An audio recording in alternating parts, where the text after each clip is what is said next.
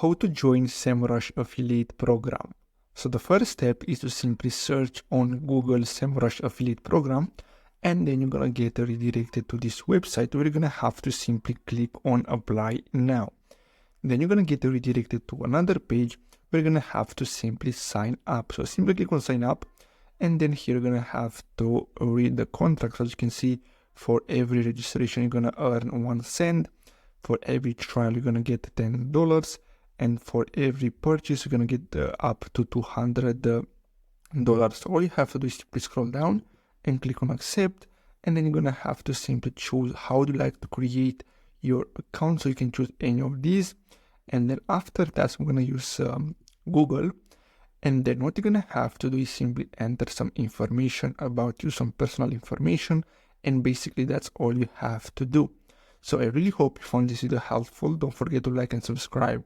Thanks for watching.